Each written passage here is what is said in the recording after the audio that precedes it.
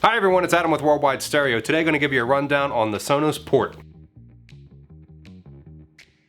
The Sonos Port replaces the Sonos Connect. This piece is your preamp. Now that means that you send the sound, or you select what you want to play from here, and you send that to an amplified device, whether that's an amplifier to run your house audio system, your surround sound receiver, a sound bar, powered speakers, anything with amplification, because there is no amplification in here.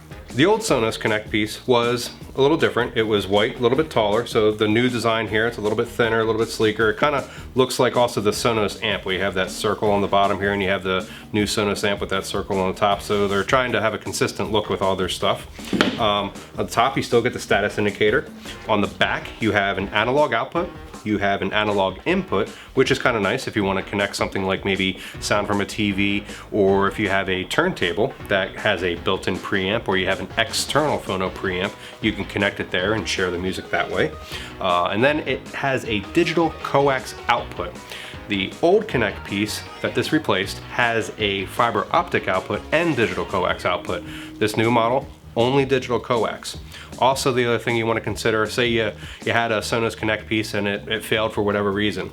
You're not going to be able to just directly swap this out with the old power plug, okay? The new one has a DC transformer input, so it's that little circular connection that you plug in. So you plug into the wall, goes into like a little looking battery pack kind of looking thing, and then plugs into the back of this unit.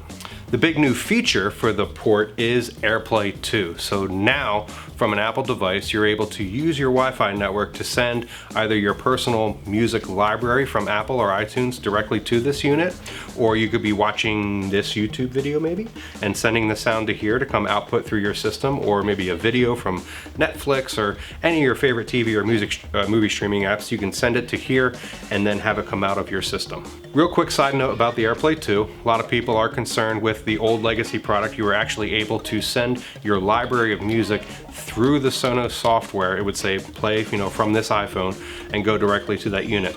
Well, they've taken that feature set away and added the AirPlay 2. So people are concerned that, well, now I can't play it on all my older stuff. You're gonna make me replace everything. Not the case. If you buy one new product from Sonos, just one that has the AirPlay 2 chipset in it, you're able to send your music to that device and then share to an older one. So a little bit of a workaround, but you don't necessarily have to buy all new Sonos equipment.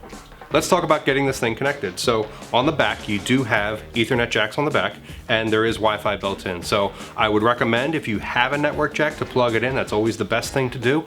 But if that's not possible, you can use Wi-Fi to get this thing online and connect it into your system. So very flexible ways of getting this thing installed. If you're an Android user, you can use Google Cast to this from your Google Music library to send the music right to here.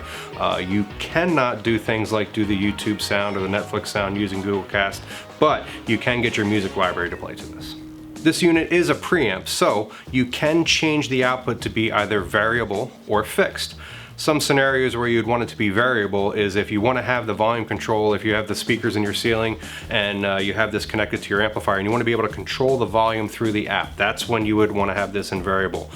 Fixed mode would be if you were connecting this to a device that has its own volume. So the big idea there is like an integrated amplifier or a surround sound receiver. Those have their own volume. So in that installation, you'd really want to set this to have a fixed output because you only want the volume to be set at the receiver. Two other nice little installation features that are on the new port is, first of all, the size was chosen because it's one rack unit high now. So fits into installation racks really, really nicely. Also on the back, you also now have a 12-volt trigger. The 12-volt trigger is there so you can make that connection, and the connection looks to be about the size of a standard headphone jack.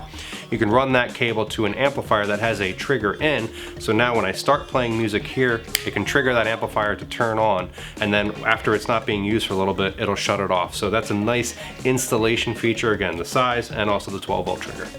This is the Sonos Port. It'll be available online at worldwidestereo.com, or if you happen to be in the area, you can stop by our Ardmore or Montgomeryville, Pennsylvania showrooms.